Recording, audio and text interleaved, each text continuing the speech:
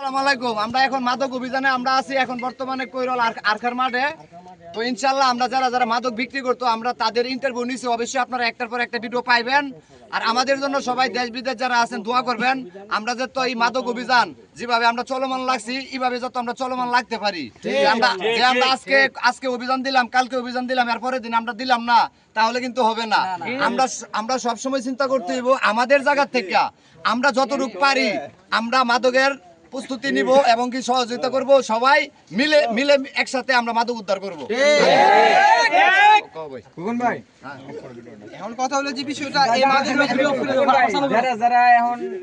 মাদক অভিযান চলছে এবং চলবো, যতদিন পর্যন্ত অবরোধ না হয় ততদিন পর্যন্ত চলবো, যতদিন পর্যন্ত শেষ না হয় ততদিন পর্যন্ত আমরা লাগিয়ে থাকবো এটার মধ্যে।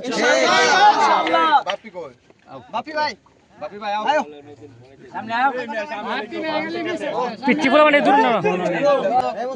সবাই আমরা এসেছি, যতদিন পর্যন্ত মাদক মুক্ত না হবে ইনশাআল্লাহ আমরা ততদিন পর্যন্ত এটা পিছনে লেগেই থাকবো ইনশাআল্লাহ।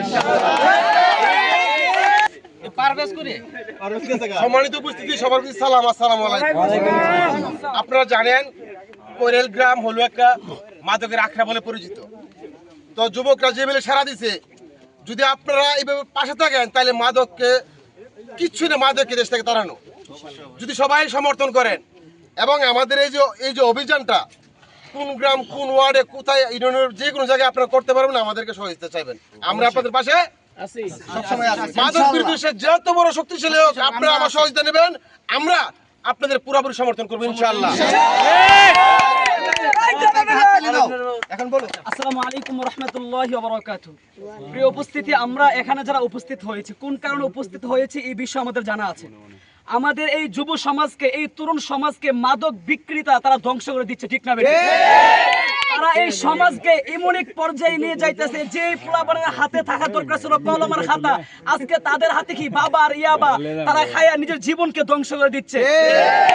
মা কান্না করে যে আমার সন্তান ধ্বংস হয়ে যাচ্ছে, বাবা মা এইভাবে কান্না করে। আমরা যদি এই মাদক মুক্ত আদমপুর করতে চাই, আজ আমাদের বড় ভাইরা যে উদ্যোগ নিয়েছে তাদের পাশে আমরা দাঁড়াতে হবে, একসাথে হাত মিলে আওয়াজ করতে হবে মাদক মুক্ত না যুক্ত, যুক্ত, আদমপুর মাদক মুক্ত না যুক্ত।